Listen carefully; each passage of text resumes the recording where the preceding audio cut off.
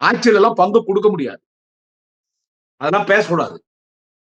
நீ ஒன்னும் அவ்வளவு பெரிய ஆளுமை கிடையாது. ஆட்சியில பங்கு, கூட்டணி ஆட்சி, அதெல்லாம் தமிழ்நாட்டுக்கு ஆட்சியில பங்குன்றது தமிழ்நாட்டுல சரி வராதுன்னு மாண்புமிகு தமிழக முதலமைச்சர் அன்பு தலைவர் தளபதி சொல்லிட்டார். சோ ஆட்சியில பங்கெல்லாம் கேட்க கூடாது. அதுக்கெல்லாம் தகுதி கிடையாது உங்களுக்கு. மாணித்தாகுர சொல்றேன். யார் ஆட்சியில பங்கு கேட்கிறே அவங்களுக்கு சொல்றேன். என்ன சொல்றது? இல்ல நீ உன் தலைமையில கூட்டணி அமி, எத்தனை சீட் வாங்குற பாக்கலாம்? எத்தனை சீட் வாங்குவ? ஒரு முறை நீ காங்கிரஸ் தனியா நீ எவ்வளவு வாங்கின? 52,000 ஓட்டு என்ன வாங்கின அந்த 6 சட்டமன்ற தொகுதியில. அதனால இதெல்லாம் பேசினா பிரச்சனை வரும் கூட்டணிக்குள்ள. ஏன்னா செல்வ பெருந்தகை கேட்கல. ஆட்சியில பங்கு வேணும், அதிக சீட் வேணும்னு ஓப்பன்ல பேசல. அகில இந்திய காங்கிரஸ் தலைவர் மல்லிகார்ஜுன கார்கே பேசல.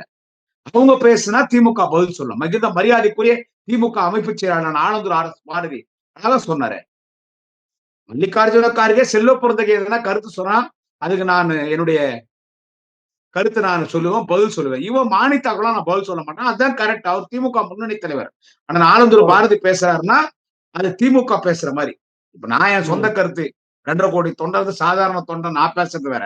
அதனால இந்த மாணித்தாகர்லாம் அவன்லாம் ஒரு பெரிய மயிறு மாதிரி பேசிக்கணும்.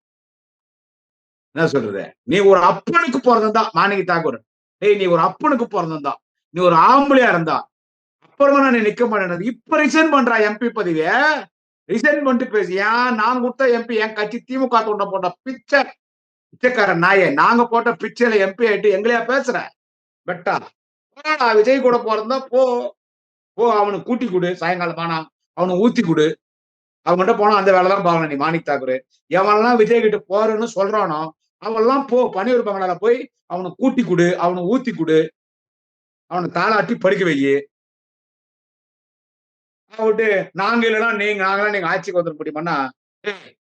திமுகடா இது சாதாரணமா வரலா. திமுகன்ற கட்சி என்ன சொல்றது? சாதாரணமா வரல. அந்த காலத்துல காங்கிரஸ் எதிர்த்து நாங்க கட்சி நடத்தினவங்க. ஒரு பெரிய நெருக்கம் காங்கிரஸ் திமுக வந்துச்சு.